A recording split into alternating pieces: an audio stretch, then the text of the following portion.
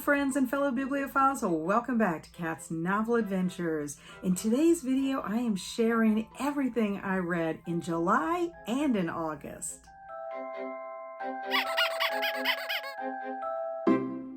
I ended up participating in 4 readathons. 3 of them were in July: Summerween, Giallo July, as well as Austen July. And then the one I participated in during August was GarbAugust.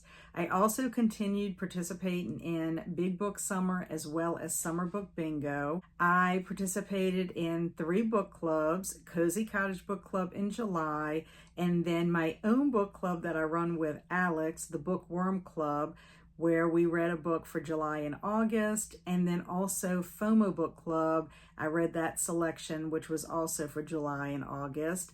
I participated in my first read-along with Nicole at Noteworthy Fiction, and I had 2 buddy reads, one with my friend Halko and the other with my friend Kelsi at Slime and Slashers. My reading stats, I read a total of 18 books. Yes, I can't even believe that. 11 of them were in July and 7 of them were completed in August. As far as my star ratings, I ended up with 7 5 stars, 8 4 stars, and 3 3 stars. One of the highlights of my July was Summerween. It's a week-long readathon hosted by Gabby at Gabby Reads. I had so much fun during Summerween. I participated in the Instagram prompts. I also did lots of different little activities along the way. And then I loved all 5 books that I chose to read during the week. So I have left a link in the description box below if you want to check out my vlog and see what I got up to and then hear more of my thoughts about the books. But I do want to mention what I read during that week, give you the star ratings for them, and also how they counted for Summer Book Bingo, because all 5 books counted for Summer Book Bingo. I kicked off Summerween with reading The Salt Grows Heavy by Cassandra Cawa. This counted for a library book for Summer Book Bingo. It is a horror novella, a dark reimagining of The Little Mermaid. I really enjoyed it and ended up giving it 4 stars. The next book up is Empty Smiles by Catherine Arden. This is the 4th and last book in the Small Spaces series. It's a middle grade series. It counted for the prompt of friendship or found family. I'm counting it for friendship because the friendship between Ollie, Brian, Coco, and Phil is a really wonderful. I will tell you that she ended up wrapping up the series pretty nicely, and this is one of my favorite middle grade series. I ended up giving it 4 stars. And then The Ghost and Mrs. Muir by R.A. Dick. This is a humorous ghost story with lots of heart. I ended up giving it 4 stars, and it counted for the classic prompt.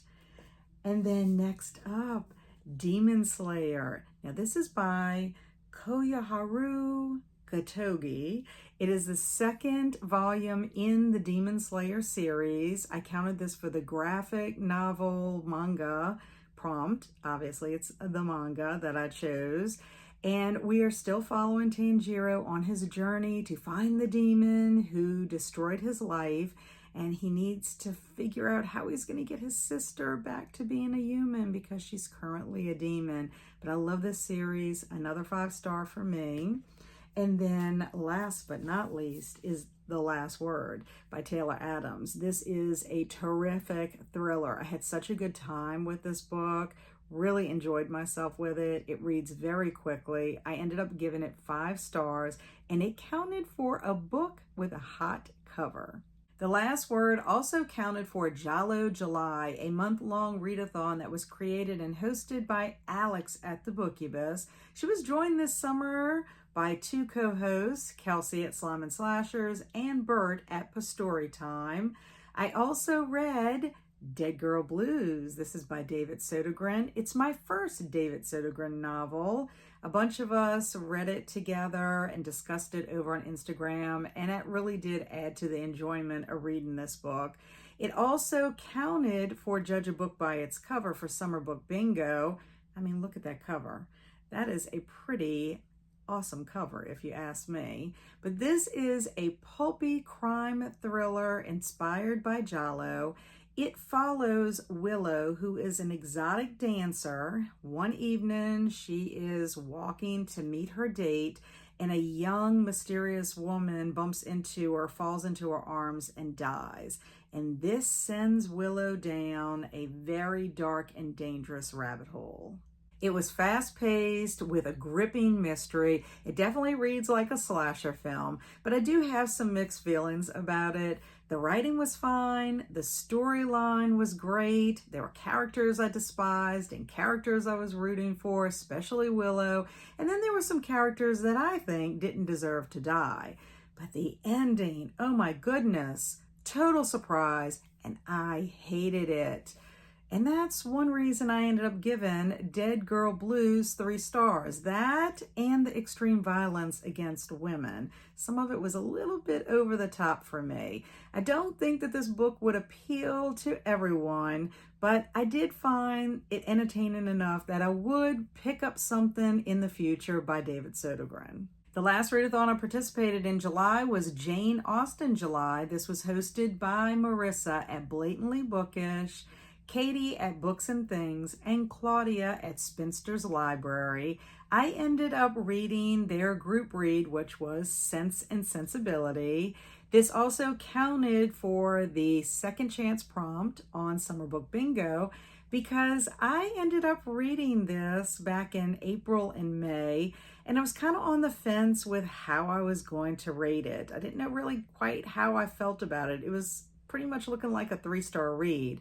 But I decided, let me go ahead and read it again and try it in a different format. So I ended up listening to it on audiobook, and I had a full cast with a dramatic presentation, and I enjoyed it so much more. So it ended up being a 4-star read for me. Sense and Sensibility is a timeless classic that explores the social norms of late 18th century England.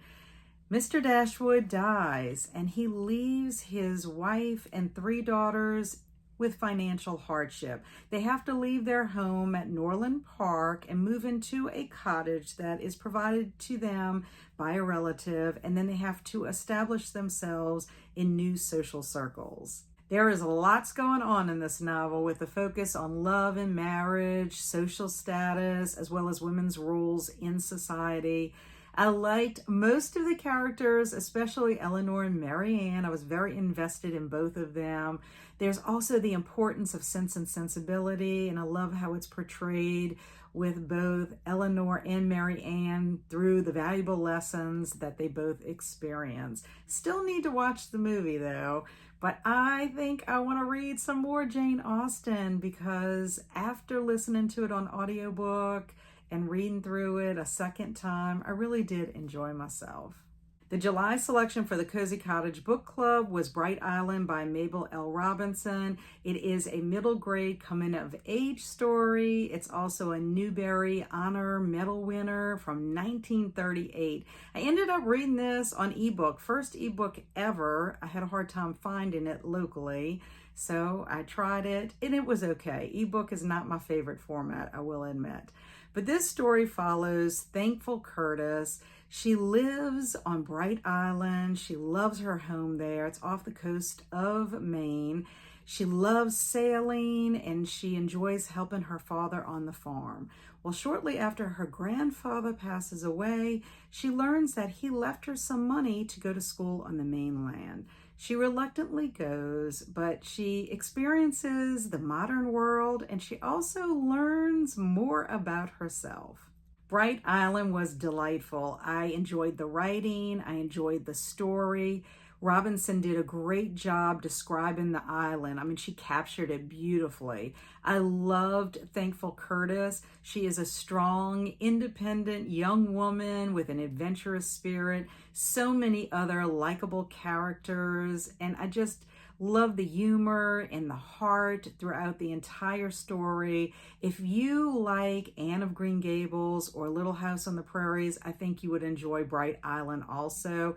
This story counted for the nature prompt for Summer Book Bingo, and I ended up giving it 5 stars. At the end of July, I spent an entire Saturday participating in a read-along with my friend Nicole at Noteworthy Fiction. We ended up reading The Phantom Tollbooth by Norton Juster. This also counted for the escapism prompt on Summer Book Bingo.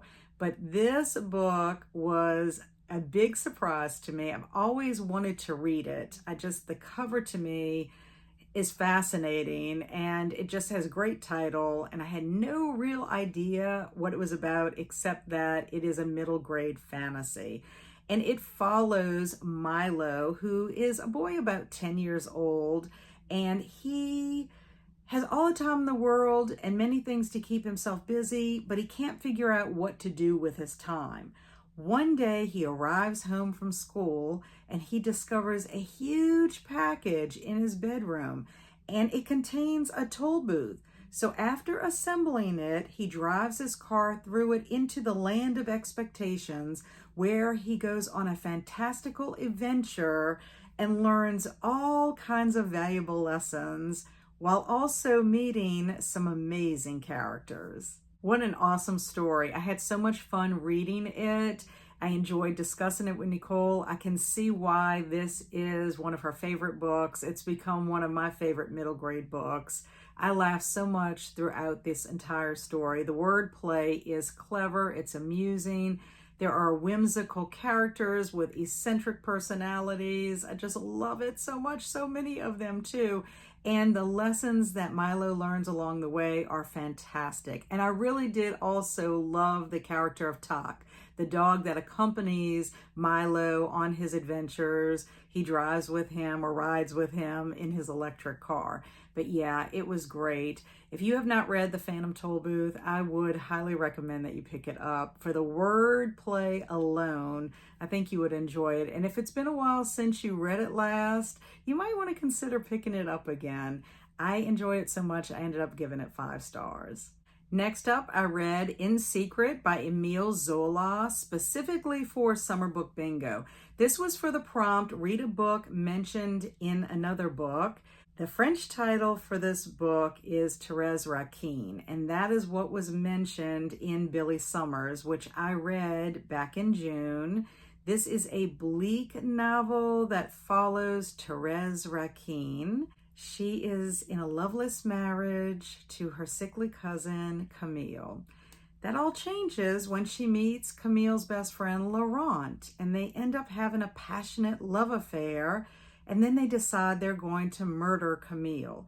Well, they go through with it, and then they have to deal with their guilt as well as paranoia after the fact. Surprisingly, I had a really good time reading this story, despite it being very depressing. I don't generally gravitate towards bleak stories. However, this one was well written. It has some complex characters, and the examination of Thérèse and Laurent's psyche was intriguing to me. Zola explores the temperaments of both of those characters by examining the consequences of obsession, moral duplicity, as well as predestination. I ended up giving it 4 stars. My last July read was The Maidens by Alex Michaelides. This was specifically for Summer Book Bingo. It was for the prompt of a place I'd like to visit, which is England. This is a psychological mystery thriller that follows a group therapist, Mariana Andros, as she inserts herself into a murder investigation at Cambridge University. This novel had so much potential, and I love the premise, but it did not meet my expectations. Let's talk about what I liked about the novel. I enjoyed the setting. I loved the dark and eerie atmosphere. The murder mystery was great, and there was a lot of tension throughout. And of course, I love the Greek mythology. What I didn't like was the numerous subplots that had no substance and went in totally different directions all over the place. I don't know if he was trying to throw in 5 to 10 red herrings here and there, but they were totally unnecessary. And the characters, just like The Silent Patient, so many characters that were unlikable, far-fetched, as well as one-dimensional. I love character-driven novels, and this could have been one. With the exception of Mariana, they were just not any of them that I could connect with. And even at one point, Mariana ends up becoming unbelievable, and that's kind of where the plot just kind of unravels. I know it's probably an unpopular opinion, and maybe Alex Michaelides is just not the author for me. I ended up giving it 3 stars.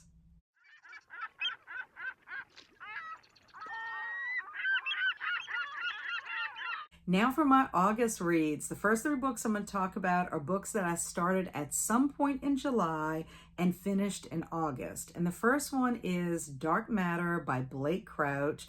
This counted for the BookTuber rec prompt on Summer Book Bingo. My friend Alex at Frank Fiction recommended this to me. And it also was my one and only summer roll your next read pick.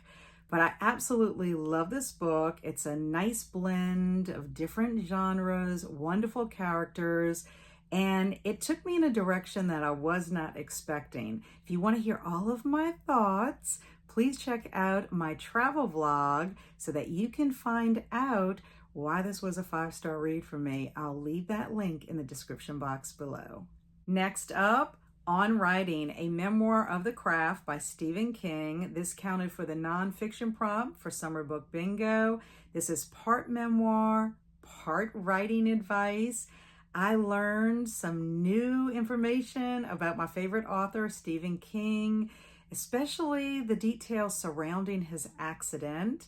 I love all of the writing advice that he gives, especially finding out that he is not a fan of adverbs, which I love adverbs, but I'm going to try to curb using them a lot in my writing. I think that Stephen King would have made a fantastic writing instructor, and I love that it is now a reference book that I can refer to at any time when I need some inspiration or I need some tools and tips out of his writing toolbox. I ended up giving it 5 stars. My next read is an amazing coming-of-age story that counted not only for Summer Book Bingo for the Keep Putting It Off prompt, but also for Big Book Summer because it is a chunker, and that is Boy's Life by Robert McCammon. I buddy read this with my friend Halko, and we had such a great time reading it and discussing it. The story starts off with 11-year-old Corey Mackinson and his father delivering milk one early morning, and there is a car that drives past them over a cliff and into Saxon Lake. Corey's dad jumps into Saxon Lake and tries to save the driver, but discovers a horrific crime has been committed, and that's where the mystery begins. This is an incredible story with incredible characters. It is well written, it's compelling. Our narrator is also our main character, which is Corey. I love the relationships that Corey has with his parents, especially his father, Tom. He has a wonderful friend group. And the mystery just runs through like a lazy river throughout. It takes its time unfolding, and it's just really heartbreaking at times, but also heartfelt at other times. I just cannot highly recommend Boy's Life enough, and I ended up giving it 5 stars. This August, I only read 1 book for GarbAugust, and I buddy read it with my friend Kelsi at Slime and Slashers, and that is The Store by Bentley Little. This also counted for Big Book Summer because it comes in at 418 pages. This is a suspenseful, supernatural horror novel. It follows Bill Davies and his family who live in an idyllic town in Juniper, Arizona. They love their life there until the store arrives. It is a hulking discount store that promises an increase in the town's economy by offering discount prices. Unfortunately, there is an evil influence that runs the store, and it threatens Bill, everyone he loves, as well as everyone else in the town. There was a lot to like about this novel. It starts off with an unnerving prologue. The premise overall is really good. It has Needful Things vibes, small town horror with a large cast of characters that are being pitted one against the other. There is creepy creatures. There's also impending doom that is just running throughout the novel. And you just have moments that are just full of anxiety. And I will say that it had quite a satisfactory ending.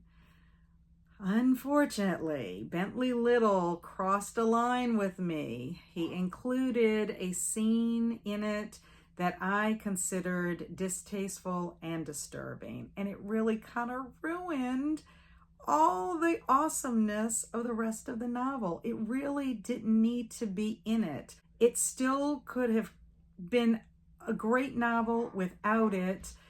It just crossed a taboo territory line for me. I just have to say that. However, I ended up thinking about this for a little bit because it bothered me quite a bit.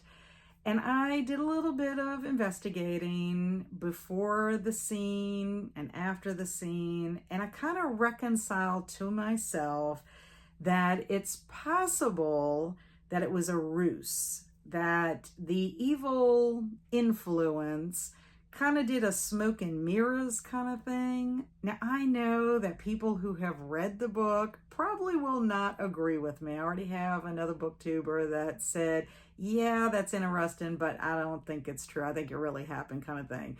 Kelsi and I kind of talked about it. I don't know if I really 100% swayed her either, but it helped me feel better about reading the store because, I don't know, it just was gross part of the book that I just think needed to be left out. Included a character who I liked a lot, and I just can't imagine that being part of his personality, even if he was tricked by the evil influence. Anyway, I don't know, but that just made me feel better about it. This book would have been a 4-star read for me if it wasn't for that scene, so I ended up bumping it down to 3 stars. And anyone who's interested in this book, I would probably check for trigger warnings because I don't think that this book is for everyone. Next up is Neverwhere by Neil Gaiman. This is the July-August book selection that Alex and I chose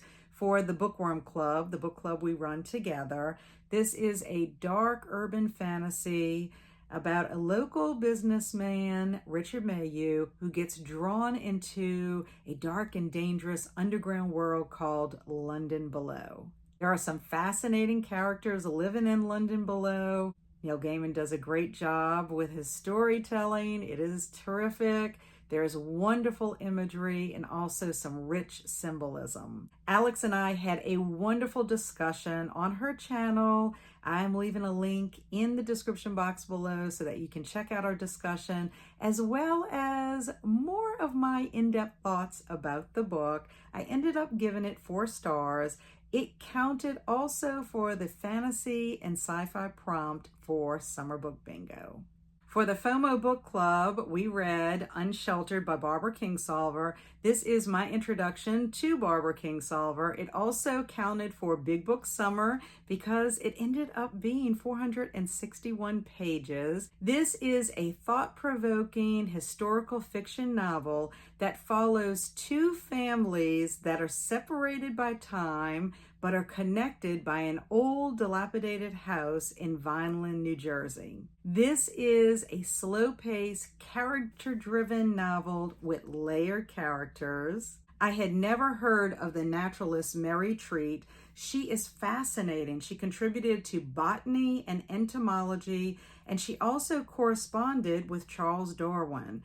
I want to learn more about Mary Treat, so possibly sometime in the future I might do a deep dive into her life because, like I said, I find it very fascinating. I also enjoyed the dual timeline, and love seeing how the stories unfolded and how the past ended up affecting the present. Also, Kingsolver touches on some issues, social issues that happen in America, and she does it in a really great way that it really weaves well within the story. I ended up giving Unsheltered 4 stars. My last August read was specifically for Summer Book Bingo and accounted for the cozy mystery prompt, and it was The Kamogawa Food Detectives by Hisashi Kashiwa and illustrated by Jesse Kirkwood. It is a cozy mystery about a father-daughter duo who runs the Kamogawa Diner and also a specialized detective agency. They are food detectives, and this is a tender-hearted story. There are 6 chapters. Every chapter is about a different customer who comes to the diner seeking out a recipe that has some kind of impact on their life.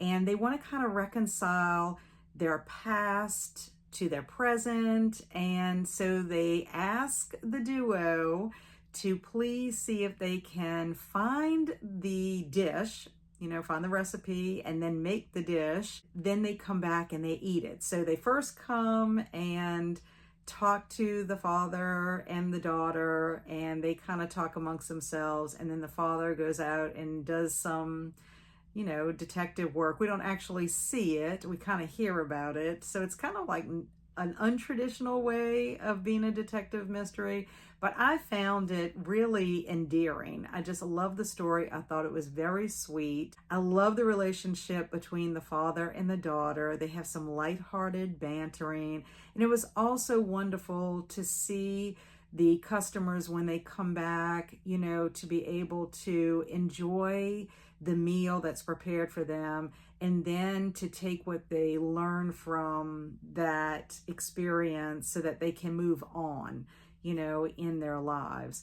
But I don't know, it was just a wonderful little story. I felt like I wanted to go to a Japanese restaurant and try all the dishes because they all sound very good. It was just very heartwarming. And then I also found out that there is a second book, and I can't wait to get it because I enjoyed the first one so much that I'm looking forward to reading the second one. I ended up giving it 4 stars.